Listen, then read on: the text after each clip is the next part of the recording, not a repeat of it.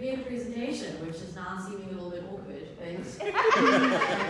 but perhaps it'll be circulated. And actually, I'm very mindful of time. A little bit of a dilemma because I don't also like being told what to do, but I will try very hard to keep it under a minute. But I think really, if you could just scroll to the last, second to last slide, the title is Listen. So just some introduction to us as an ethics track and some of the observations that we had.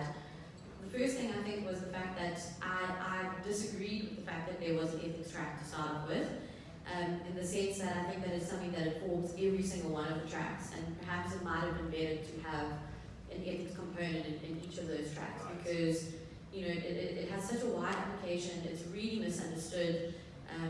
There seemed to be a huge conflation with ethics and the law. And a key takeaway from that was that we should be really, suspicious of lawyers and really interrogate what they have to say and not trust everything that they have to say, which puts me in a very awkward position because I myself am a lawyer. But perhaps you can just make an exception to that rule for what I have to say here.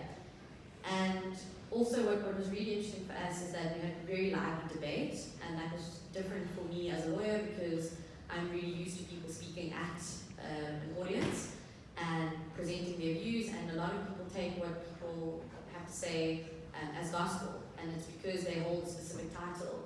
And especially looking at the context of South Africa, being in a community like Langa, we all know that laws are not necessarily the right things, and you just have to look at apartheid to look at real world application of that. So the law is desperately trying to regulate technology, it's trying to regulate innovation. The wheels of change in the legal industry turn very, very slowly. We've seen, I don't know if President Ramaphosa will ever see this, but if he does, I think it's very interesting that the pieces of legislation that have been taking a really, really long time to be settled and to be passed and to be implemented are things like the Copyright Amendment Bill. Our copyright legislation at the moment is dated back to the 70s.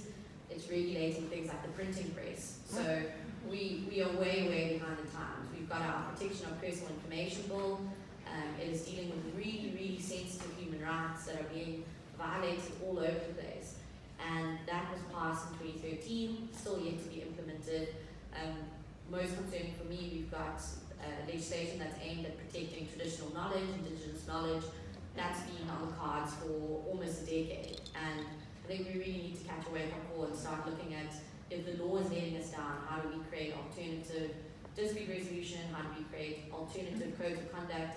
And we came up with the idea that perhaps it's up to industries to start regulating themselves.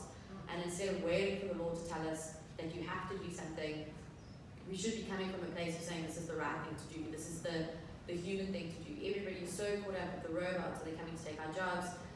But automation is not new, it's been going for decades. Jobs have been replaced, and I'm not saying it's not a very difficult thing to manage, but we as societies have managed it before, and I remain confident that we'll manage it going forward. But the more we automate, the more we move towards digital inclusion, we're still human beings involved. And I have yet to see any application of technology that doesn't touch a human being and affect a human being. We've got to make those decisions whether the technology we're creating is good or bad, and how do we do things ethically. We didn't come up with any answers. We just came up with a lot of questions, but that's what I wanted to focus on this slide. And if you can just go to the last slide. This is a quote that came up, and it says, "Are we solving problems or solving ourselves?"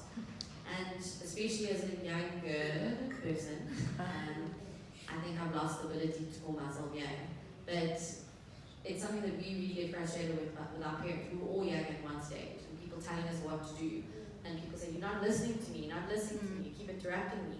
But this is the problem that we find, is everybody's so focused on the solutions, and nobody's asking, what is the problem? What problem are we trying to solve? There was an example used about the fact that the bee population is declining. It's responsible for so much of our ecosystem. And a lot of the solutions are looking at, well, we need to have drone bees. The irony is that a drone is actually a male bee. That's where it gets its name from. A little fun fact.